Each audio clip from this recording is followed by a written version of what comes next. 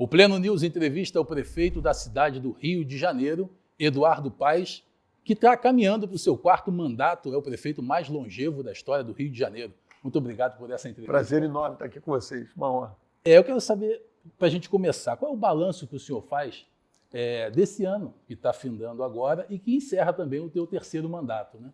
Eu acho que é assim, né? Primeiro, a gente pegou, eu acho que essas coisas vale sempre a pena a gente lembrar o que era a Prefeitura do Rio de Janeiro, a cidade do Rio de Janeiro, em janeiro de 2021, quando eu assumo. Né? O que a gente tinha na cidade era uma disfuncionalidade da máquina da Prefeitura. Os serviços mais básicos tinham deixado de funcionar. Transporte, ônibus sumiram das ruas, BRT completamente destruído, as clínicas da família fechadas, muitas equipes de saúde da família tinham deixado de existir, cidade muito mal conservada, né? Buraco, mato para tudo que é lado, a educação numa situação muito ruim. Estou falando literalmente das coisas mais básicas, não estou falando de grandes coisas, de grandes obras, né? Então, eu na campanha de 2020, eu assumi muito esse compromisso com a população de devolver o feijão com arroz para o carioca, né? Vamos colocar os serviços mais básicos para funcionar. E a gente fez isso. Está aí o BRT funcionando, voltaram muitas linhas de ônibus, não estou dizendo que está tudo perfeito, né? Não sou bobo, nem acho que as pessoas são bobas. Recuperamos a atenção básica na saúde, as clínicas da família, os hospitais voltaram a funcionar. Agora, ainda nesse mandato, estamos municipalizando mais 2 hospitais federais. Enfim, a cidade, o asfalto liso se espalhou por toda a cidade, ou seja, nós conseguimos entregar o feijão com arroz, mas o melhor, que eu diria é o seguinte, a gente arrumou um bife e uma batata frita também nesse prato, né? Volto aqui a dizer, quando a gente olha para 2 hospitais federais municipalizados ainda nesse mandato, quando se olha para o anel viário de Campo Grande, quando você olha para o Parque Realengo, para o Parque Oeste, enfim, para um conjunto de ações, para a retomada do Galeão, para um conjunto de ações importantes que a gente conseguiu alcançar nesse mandato, né, que eu diria que estava acima das minhas expectativas. Então, se você me perguntasse assim, eu diria, o meu melhor mandato foi meu 3º mandato. Agora o desafio é fazer do 4º o meu melhor mandato. Vamos falar um pouquinho de segurança pública. Recentemente, uma médica morreu no Hospital Naval Marcílio Dias, no Lins Vasconcelos, zona norte do Rio de Janeiro. E isso coloca o Rio de Janeiro numa situação de segurança pública, não só para quem vive na cidade, mas para o mundo inteiro, numa situação muito delicada. Como é que o senhor analisa essa crise de segurança pública do Rio de Janeiro e o que a Prefeitura tem feito para estancar essa realidade que o carioca vive? Olha só, foi interessante essa eleição, porque pela primeira vez, né, a gente teve um adversário, e o próprio governador do estado colaborou com essa enganação, né, que tentou empurrar os problemas de segurança para o prefeito num debate eleitoral. Todo mundo sabe que quem cuida da segurança pública são as forças policiais, que pertencem ao governo do estado, né? Quem tem a polícia militar, quem tem a polícia civil, quem tem o sistema penal, né, é o governo do estado. A prefeitura pode ajudar, né? A gente tem os Civitas, espalhamos câmeras pela cidade, trabalhamos em sintonia com as forças policiais. A Guarda Municipal busca cumprir um papel, iluminamos melhor as ruas, mas o combate à criminalidade, propriamente dito, é do governo do estado, né? Então, o que eu posso dizer é que é uma vergonha. Você citou um caso, mas se a gente for olhar essa semana, é um turista argentino, é uma criança de 4 anos, é uma médica dentro de um auditório de um hospital no seu horário de trabalho. Quer dizer, tudo isso é inaceitável e mostra. É duro dizer isso, acho que é todo dia, é duro dizer isso, mas assim, mostra que aliás, esse grupo, né, que assumiu o Estado em 2018, com então o governador Wilson Witzel, me derrotaram em 2018, né, dizendo que eu resolvi o problema da segurança pública, né? Então, a gente está ajudando, vai colaborar, mas a gente precisa de uma política de segurança pública séria. Eu fiz essa crítica durante o processo eleitoral, se partidarizou a segurança pública, mas eu também não quero agora, eu acho que o momento da eleição é o momento que você faz esse debate. Agora, meu papel é colaborar com o governador, buscar ajudá-lo. Agora, ele tem que, né, o governo do estado precisa cumprir com o seu papel, isso atrapalha muito a nossa cidade, né? E isso é falta de autoridade, de fazer o exercício do monopólio da força do Estado em áreas do território, É uma vergonha o que está acontecendo. Né? A gente tem que fazer aqui uma expressão que os americanos chamam de rule of law, o império da lei. Né? A gente tem que parar com essa mania. Volta e meia, a gente viu o vídeo, se legenda assim, né? Vou dar tiro na cabecinha. O Estado ele tem que cumprir com a lei. Né? Ele não pode se igualar ao marginal. Ele tem que ser duro, rígido, rigoroso, eficaz. Tem que prender aquele marginal, se necessário, num combate. Isso pode levar, obviamente, à morte de um marginal. Né? E o nível que chegou no Rio de Janeiro isso acaba acontecendo com mais frequência que a gente deseja, mas o Estado é garantidor da lei. O que nós estamos sentindo hoje é um desrespeito às forças policiais, porque o traficante, o miliciano, o bandido sabe que quem comanda os batalhões, quem comanda a delegacia de PM da Polícia Civil são os deputados. Quem comanda o segurança presente é distribuído por deputados. Né? Isso não vai funcionar nunca. Né? Então, infelizmente, é um quadro que a gente viu. Tem que ter autoridade. Né? Se você quiser cobrar a população de rua, a responsabilidade é do prefeito Eduardo Paes. E é um problema a ser enfrentado. Se você quiser cobrar problemas do transporte da cidade, é responsabilidade minha. Vias mal pavimentadas, ruas mal iluminadas, excesso de camelôs em determinadas áreas da cidade, é minha responsabilidade. Né? Eu nunca fujo das minhas responsabilidades. Agora, se a inflação está alta, o juro está alto, eu vou dizer, vamos conversar com o presidente Lula. Se o policiamento vai mal, vamos conversar com o governador Cláudio Castro. Né? Essa coisa de culpa coletiva é uma desgraça, porque na hora que você diz que a responsabilidade de todos, trabalhem unidos, a gente trabalha unido, mas tem que ter clareza de que o responsável até para a população cobrar. O senhor acha que essa DPF das favelas atrapalha ou a atuação do governo do Estado? Na minha opinião, atrapalha. Mas ela não é a razão dessa tragédia.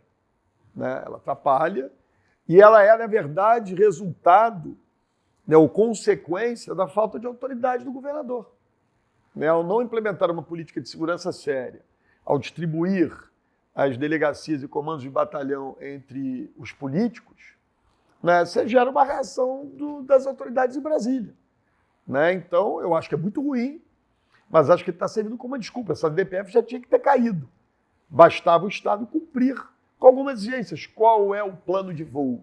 Né? Eu estudei muito essa DPF, em breve a gente vai... Você está dizendo que não inspira confiança em Brasília. O governo do Estado, tal como vem tocando, não inspira confiança e está sem moral para pedir.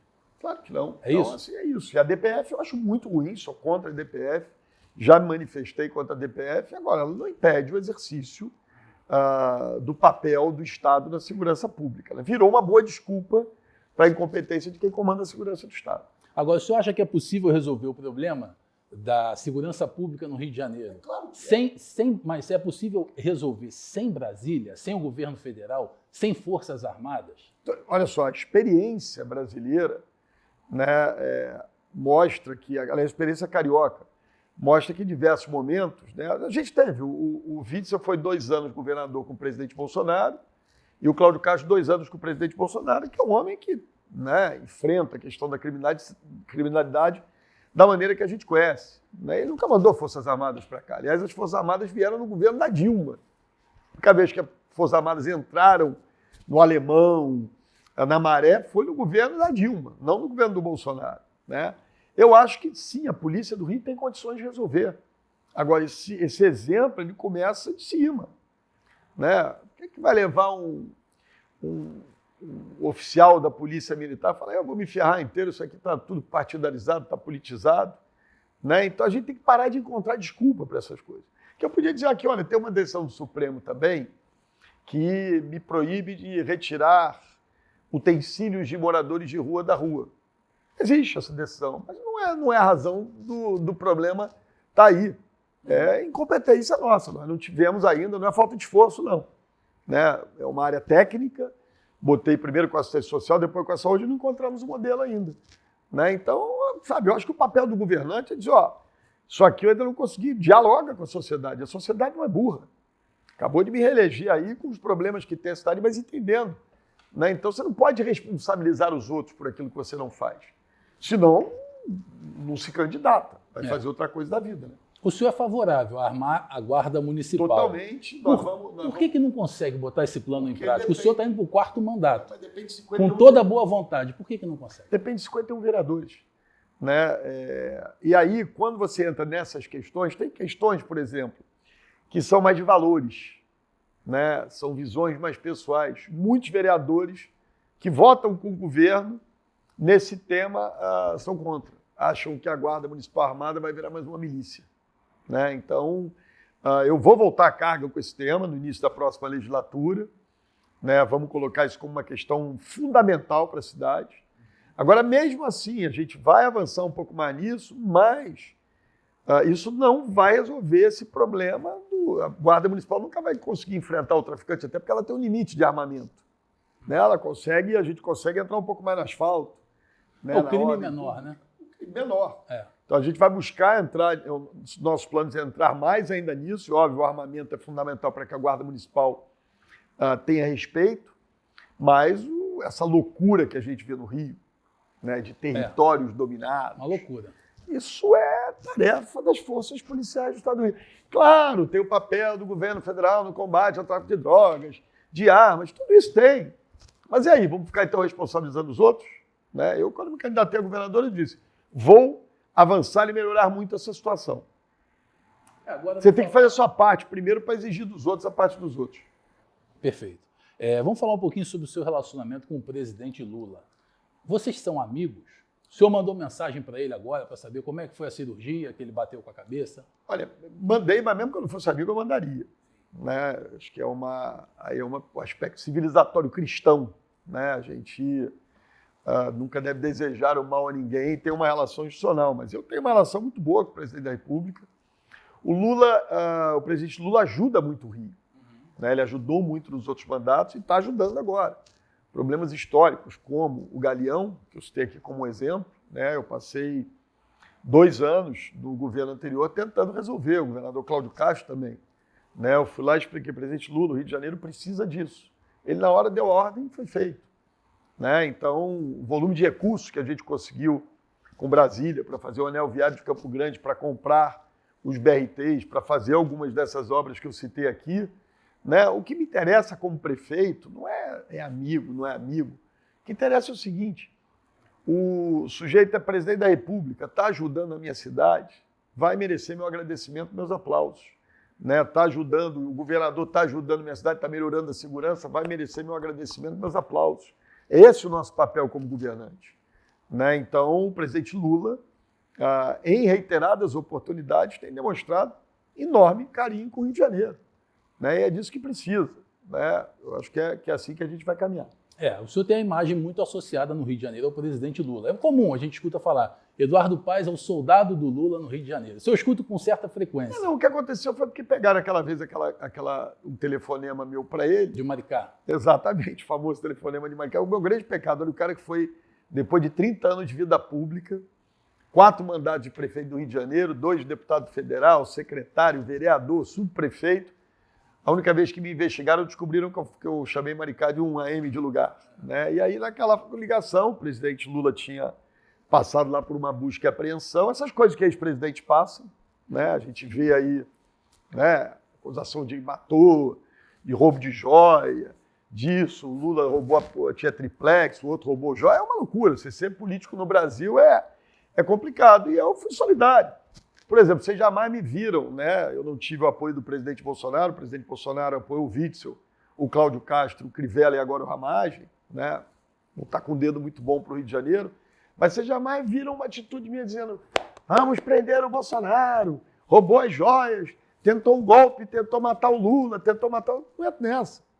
Né? Eu respeito a justiça, tem que avançar, investigações, mas eu não entro nessa onda. Eu acho até que exageram com os ex-presidentes do Brasil. E acho mesmo, porque você vê, fizeram com Lula e agora com o Bolsonaro. Né? Dá o direito a esses homens serviram ao país. Né? Você pode não gostar do sujeito. Né? Você pode não gostar do Fernando Henrique, do Bolsonaro, do Michel Temer, do Lula, da Dilma, mas são pessoas que dedicaram sua vida ao país. Deve ser muito difícil. Ser prefeito já tem uma série de renúncias, imagina você ser presidente do Brasil. Então, assim, naquele momento eu liguei e falei para ele, presidente, sou seu soldado, conte comigo. Ele é soldado do Lula, mas não... Assim, você sabe qual é a vantagem da gente estar tanto tempo na vida pública? Né? É que as pessoas me conhecem. fui subprefeito aos 22 anos de idade. Né? Já disputei 6 eleições majoritárias no Rio de Janeiro, 3 eleições proporcionais. Né? Então, desde os 22 anos de idade, as pessoas estão me vendo, me conhecem, minhas qualidades e meus defeitos, né? Quem não os tem. Né? Eu acho que é importante a gente... E aí é isso, eu me relaciono. Uma hora me disseram que eu era do Cabral, que eu ia ser preso com o Cabral, outra hora disseram que eu era do Lula, outra hora, um dia que eu fui lá, fui encontrar com o Bolsonaro, depois que eu ganhei a eleição lá em Brasília, já está indo para o lado do Bolsonaro. Eu sou do Rio. Né? Eu sou dono do meu nariz, quem me botou no mundo foi meu pai e minha mãe, que me ensinaram valores muito sólidos, né? Venho de uma família de classe média, média alta do Rio de Janeiro, que não queriam que eu entrasse na política, não me educaram para isso.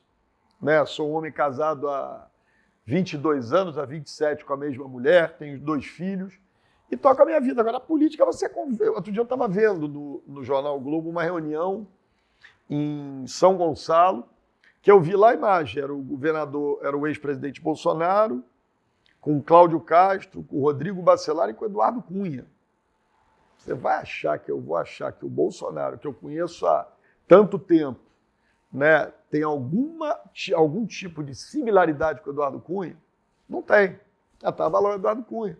Aliás, isso é uma coisa, quando eu ainda vejo muitos pastores ainda aplaudindo aquele personagem ainda estranho, né? Porque lá nos 10 mandamentos tem uma série deles que tem que ser respeitados. Né? Então, eu acho que é isso. A política obriga a gente a conviver com o diferente. Né? Os meus amigos, né, são aqueles que eu escolho para conviver na minha vida pessoal, que jantam comigo, com a minha mulher, que saem com os meus filhos, que convivem, frequentam. Esses são os meus amigos. Essa é a minha escolha. Na política, não. Na política, a Rogéria Bolsonaro, que é uma amiga querida, uma pessoa que eu respeito muito, mãe do Flávio, do Carlos e do Eduardo, trabalhou comigo 8 anos no meu outro mandato. Foi vereadora junto comigo. Né? Isso não quer dizer que eu comungo de todas as teses do ex-presidente Jair Bolsonaro. Né? Então, acho que essa convivência as pessoas têm que começar a entender. Né? Não podemos julgar o presidente Bolsonaro porque ele está fazendo churrasquinho no final de semana com o Eduardo Cunha. São figuras, graças a Deus, muito diferentes. Eu te perguntei sobre amizade e relacionamento porque com essa associação da tua imagem, a imagem do presidente Lula, esse governo do Lula não vai bem. Tem uma crise econômica, uma crise fiscal, orçamentária, e o senhor tem medo que essa associação que fazem da tua imagem com a imagem do Lula te prejudique? Olha só, isso é sempre um risco na política. Eu estou dizendo aqui, as pessoas acabam, né? Deve ser o mesmo medo que o Bolsonaro tem de ter a foto do Eduardo Cunha ali atrás dele. Né? Ele com o Cláudio Castro, que, né, não é exatamente a figura mais falando que ele não vai bem de popularidade, né? Não tem nada pior. Então, assim, eu acho que o eleitor está mais atento. As pessoas distinguem. Né? Por exemplo, eu ganhei aqui do Ramagem no primeiro turno. Se você me perguntar hoje ainda quem é mais popular na cidade do Rio de Janeiro, eu acho que o Bolsonaro ainda deve estar na frente do Lula. E eu ganhei do candidato dele com o apoio do presidente Lula de 60-30 no primeiro turno. Sacode, né? Até do Witzel eu ganhei em 2018. Eu ganhei do Witzel em 2018, no segundo turno. Eu perdi no estado, mas na cidade do Rio eu ganhei. Depois, em 2020, ganhei do Crivella, todos apoiados pelo Bolsonaro, o Bolsonaro ganhando no Rio. E os candidatos dele perdendo. Então as pessoas elas sabem distinguir. Porque ninguém é patrão de ninguém. Né? Tem que entender o seguinte, quem senta na cadeira é o cara que a gente elege. Aliás, eu usei isso muito na campanha, para ganhar uns votinhos do Bolsonaro. Eu falava assim, gente, não é o Bolsonaro que vai sentar na cadeira. Você vê, ele elegeu o Witzel, a culpa das lambanças do Witzel é dele. Elegeu o Cláudio Castro, a culpa da insegurança do Rio do Bolsonaro. Elegeu o Crivella, aquele governo trágico, é culpa do Bolsonaro. Não é, né? Ele não sentou na cadeira. Ele está ruim de indicação, mas não dá para culpar o cara pelo que o outro fez. Então, eu acho que as pessoas sabem dividir. Agora, também tem uma coisa curiosa, né? A gente tem uma coisa da grande mídia, né, sobre que a economia não vai bem. Estamos quase em pleno emprego, saiu de 15% para 6,5% de desemprego. O PIB esse ano vai crescer 4 pontos percentuais. A economia está aquecida. Quem está nervoso é o tal do mercado, mas como a maioria de nós não está no mercado, não aplica no mercado financeiro, não ganha com juro, né, a gente não está tão impactado. Sim, isso aqui é verdade, a arrecadação do Rio esse ano vai bater recorde. A economia está aquecidíssima. Eu peguei a cidade em 2021 e até 2022 era quase 15% de desemprego. Estamos com 7 pontos percentuais de desemprego, menos da metade. Então, assim, ontem saiu uma pesquisa, recentemente saiu uma pesquisa da Quest, mostrando que o presidente Lula ganha em todas as simulações de segundo turno contra todos os candidatos, do Bolsonaro, passando pelo Tarcísio, passando pelo Zema, por não sei mais quem. Então, tem uma coisa que às vezes a gente cria, né, o mundo da gente, né? Então, assim, mas o que me importa do presidente Lula, claro que eu torço para que ele ajeite o Brasil, as coisas caminhem bem, né? Essa é a minha torcida permanente, minha oração permanente. Mas o que me importa, vai ajudar o Rio. Eu sou prefeito do Rio. Vai me ajudar a resolver o negócio do transporte, vai me ajudar a resolver o estádio do Flamengo, né? Vai me entregar a estação Leopoldina para a gente recuperar, vai fazer o G20 no Rio de Janeiro para a cidade ganhar, agora vai ter o BRICS, vai fazer no Rio. É isso que eu quero. Mas na questão política, ideológica, o senhor se considera de esquerda? Eu sou um cara de centro, né? Eu diria assim, no campo econômico, eu me acho um político mais de direita, né? Liberal no estilo brasileiro, né? Assim, eu acredito no papel do Estado, na distribuição de renda, mas eu acho que o Estado na economia demais é um problema, então, né, eu divirjo de muitas das teses da esquerda, né? Mas sou um sujeito que, na hora da distribuição de renda, do olhar atento para as desigualdades brasileiras, eu diria que eu tenho uma visão mais de esquerda, mas acho que eu sou um sujeito de centro, né? Viro uma resposta meio confortável, mas é um pouco da minha prática mesmo, né? E prefeitura e governo do Estado tem muito essa vantagem, né? Porque é uma coisa muito direta, resultado. Está coletando lixo direito? Capinou o mato? É a vida prática. Né? É isso, assim, porque você tem um debate moral maluco hoje no Brasil, né? Que já tentaram me atacar, o Crivella fez isso muitas vezes em 2020, não foi bem sucedido. Assim, eu estou indo para o meu 13º ano de prefeito. Né? Ele está com a esquerda, vai fazer ideologia de gênero em escola, nunca fiz.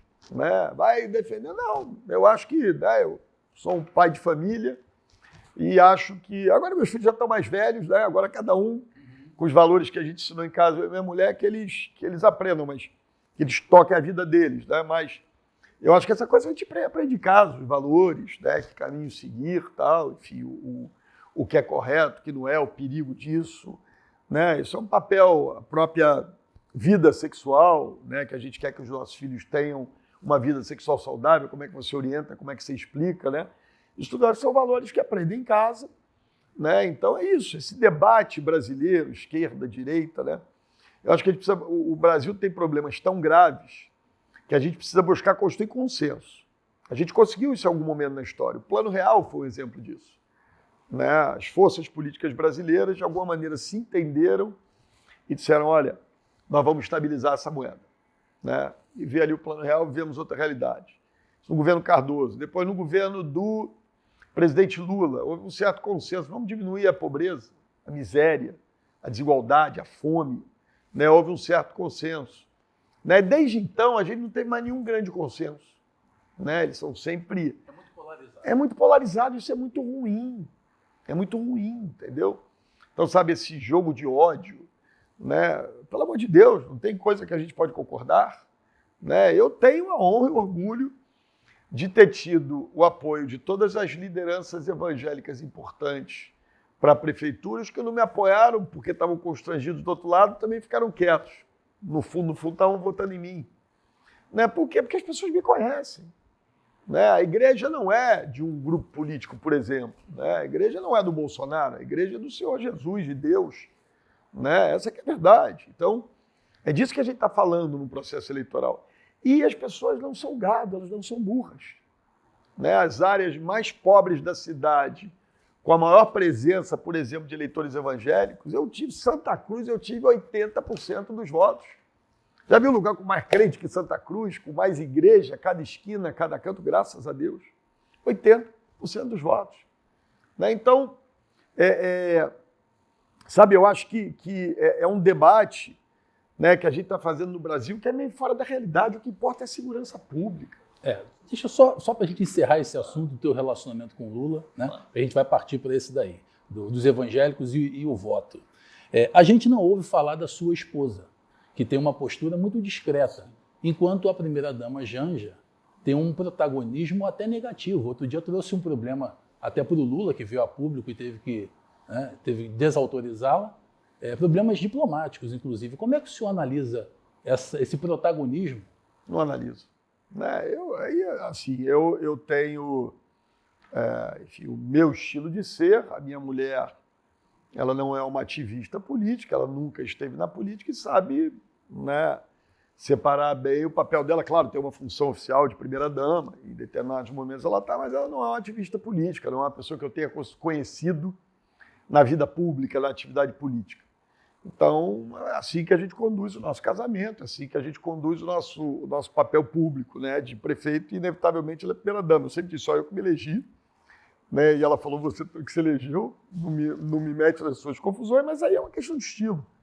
Né? Então, essas coisas eu não prefiro não analisar, porque eu acho que não tem nada a ver com a política. Agora, falando dos evangélicos e do voto, o senhor recebeu apoio do deputado Ottoni de Paula e foi eleito em primeiro turno com o voto dos evangélicos, conforme o senhor acabou de dizer há pouco. Na sua opinião, religião e política se misturam? Não devia. Não devia. É claro, né, política todos nós fazemos, né, mas desse jeito que buscaram colocar muito recentemente, eu acho que o deputado Ottoni, que não é fácil, o Ottoni, vocês já viram a quantidade de pancada que o Ottoni me deu na vida já. Né? É um sujeito muito assertivo, para ser elegante com o Ottoni. Né? Mas eu acho que ele está cumprindo um papel importante, porque você não pode... A igreja não é de um grupo político. Eu estou vendo aí um monte de delinquente chegando na televisão dizendo, eu sou cristão. Meu, mentira. Cristão nem é e nem pratica. O cara casa 3, 4, 5 vezes, cheio de diamante, vive na noitada. Né? Que cristão é esse? Né? Eu sou cristão, sou católico cristão. Né? Sou casado com a mesma mulher há 22 anos, 27 juntos. Né? Minha cervejinha de vez em quando, porque ninguém é de ferro. Gosto do meu sambinha porque é uma diversão para mim, né? Não tem nenhuma religiosidade nisso.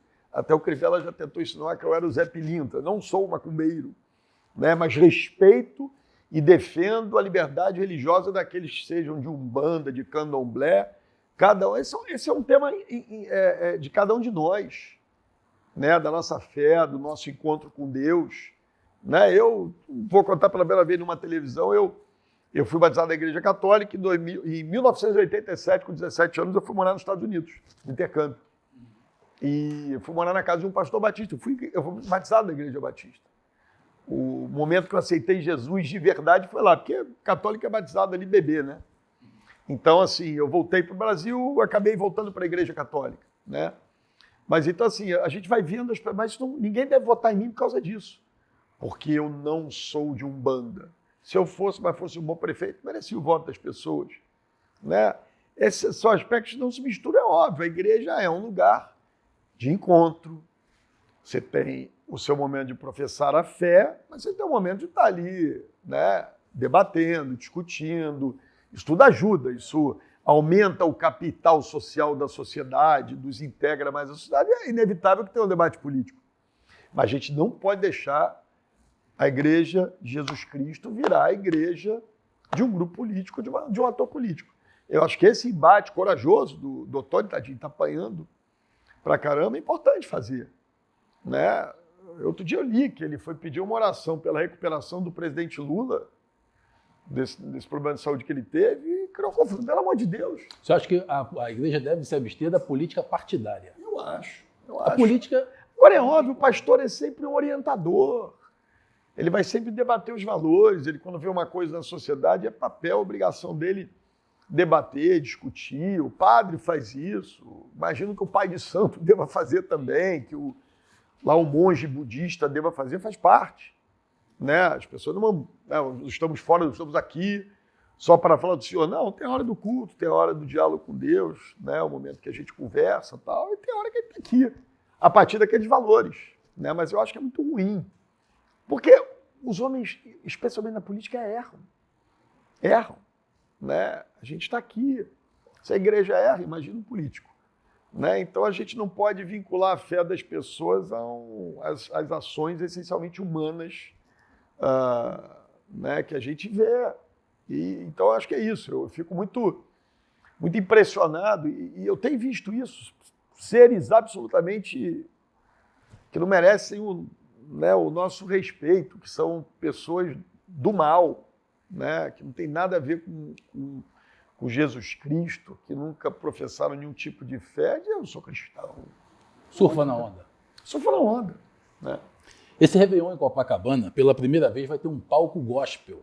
Como é que surgiu essa iniciativa? Assim, é uma realidade da cidade, né? Que o prefeito, a maioria da população é evangélica, né? Então, vamos ter um palco gospel, né?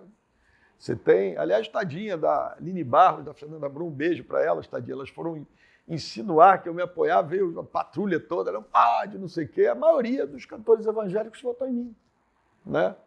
Me conhece, sabe dos meus valores. Então, assim, tem um monte de gente que chama muita gente. Eu até brinquei com o pastor Cláudio Duarte, falei, quero ver se eles botarem mais gente que lá no palco da Anitta, sei lá, do Caetano e da Bethânia e tal. Mas é isso, vai ter muito evangélico lá também, imagina, né? Assistindo Caetano e Bethânia. Por mais que tenha lá uma origem baiana, meio de candomblé, mas é maravilhoso, são dois super artistas da música popular brasileira, né? Assim, o Caetano nunca declarou voto em mim.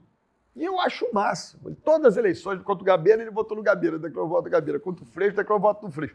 Nunca pediu um voto para mim, eu sou fã do Caetano. Eu sei lá o que ele pensa da política da vida, eu acho que ele canta bem, compõe bem, vota mal. Né? Nunca votou em mim, eu acho que ele vota mal, mas é isso, né? A gente tem que olhar, são artistas e o momento evangélico aí, claro, vai estar lá o pastor Cláudio Duarte, claro que vai ter o momento da palavra, um momento de passagem de ano, de reflexão, mas a gente quer os artistas evangélicos lá que são pop, que animam, que fazem as pessoas se divertir numa noite de celebração. É isso que eu quero. Falando um pouquinho sobre educação, o senhor vem sendo muito criticado pelo PLC 186, que faz com que professores da rede municipal trabalhem mais porque tem uma contagem de minutos e não mais horas semanais, né? E a questão de férias também, tem uma restrição nas férias. Eu queria que o senhor explicasse esse projeto que é de sua autoria. Né? Não é nem mais projeto, já virou lei, foi aprovado. Eu tinha que estar vivo para ver o PL votando com o PSOL contra esse projeto, né?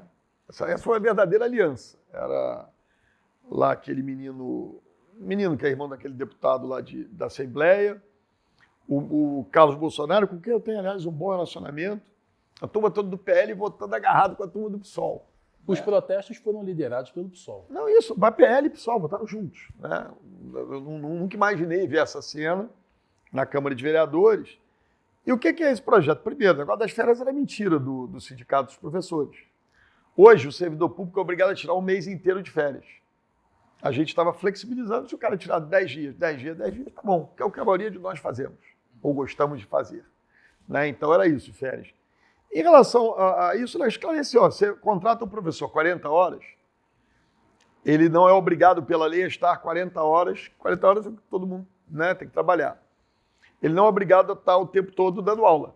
Então, você tem um terço de planejamento. Então, ele tem que estar 26 horas, estou aqui, espero acertando os números, em sala de aula, dando aula, e as outras horas corrigindo prova, fazendo planejamento. Isso ele pode fazer de casa, da praia, de onde ele quiser. E o que estava acontecendo é que o professor, que você, eu e todos os cariocas pagávamos para educar nossos filhos durante 26 horas, estava trabalhando 20 horas. Ou seja, eu estou pagando 40 horas para o sujeito trabalhar e ele só está dando aula 20 horas. Eu quero só que se cumpra a lei.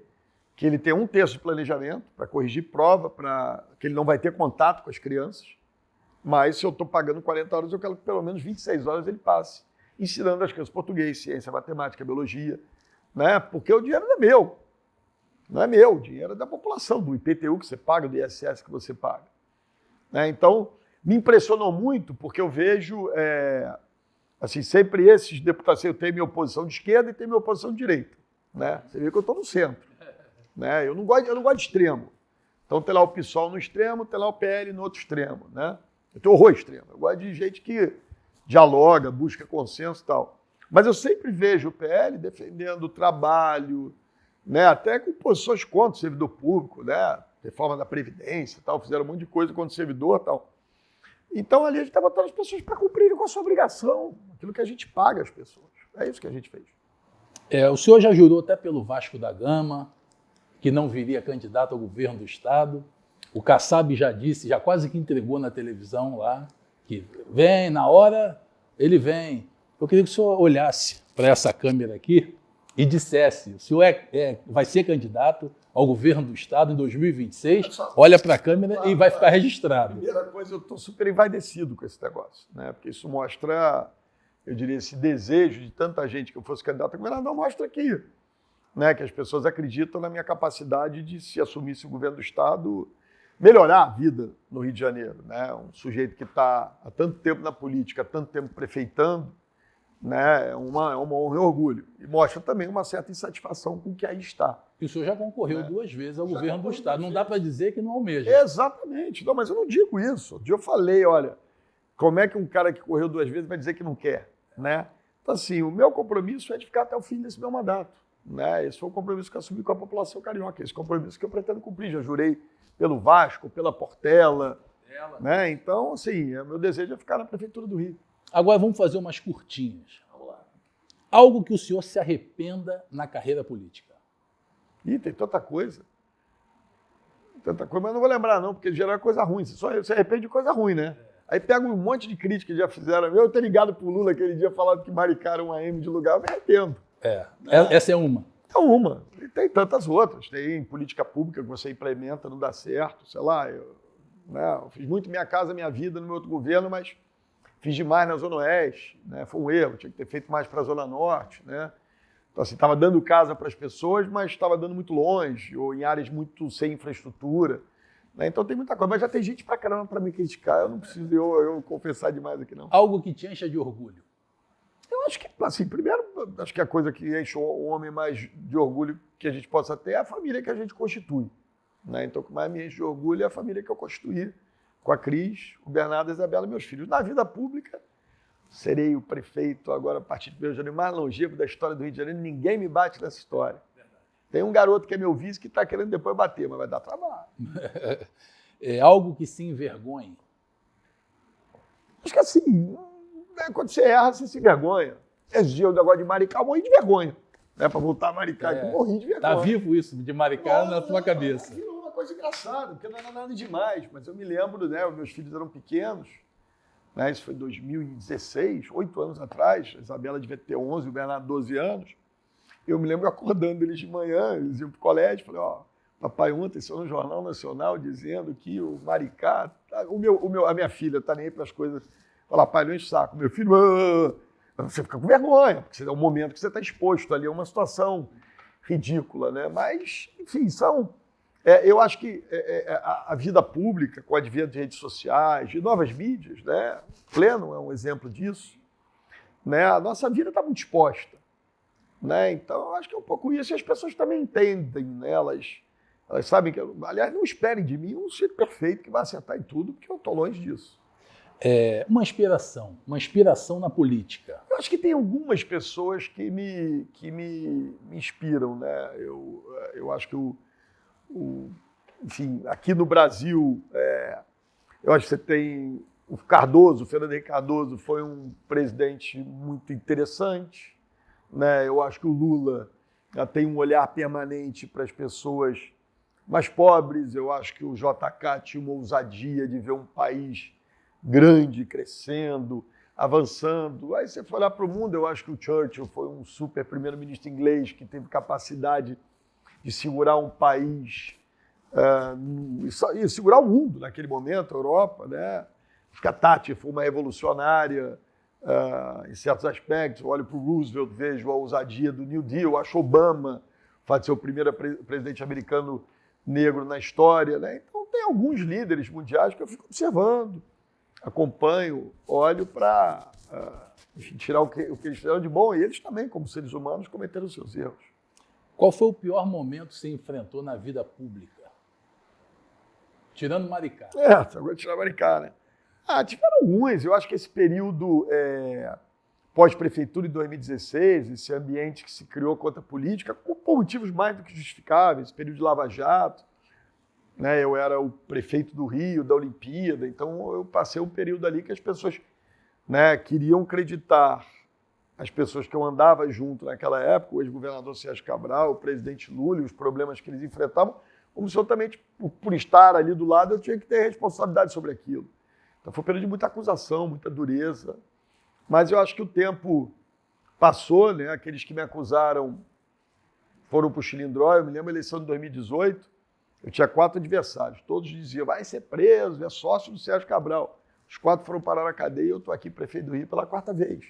E não foi por foro privilegiado, porque eu não era nada, não foi por proteção nenhuma, foi porque eu busquei agir de maneira correta ao longo da minha trajetória política. Um dia para esquecer. Esqueci. Boa. Uma saudade boa. Seria, né?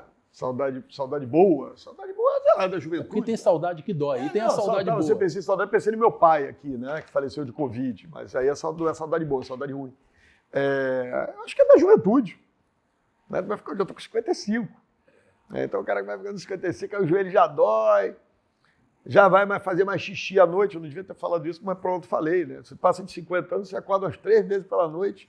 Todos os coroas de mais de 50 anos aqui vão se identificar, né? Levanta toda hora para ir ao banheiro, né?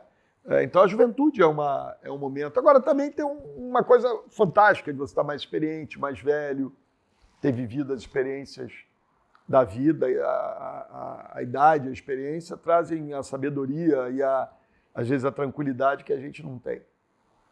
O que gostaria que fosse escrito na sua lápide? Cara do bem. Né? Um homem bom, né? Sabe, que merece o nosso respeito a isso. Te agradeço muito por essa entrevista. Eduardo Paes, prefeito do Rio de Janeiro e reeleito do seu 4º mandato à frente do Executivo Municipal. Eduardo, muito obrigado por essa entrevista. Obrigado a vocês. Grande abraço. Valeu. Continue acompanhando o Pleno.news, porque credibilidade não se negocia.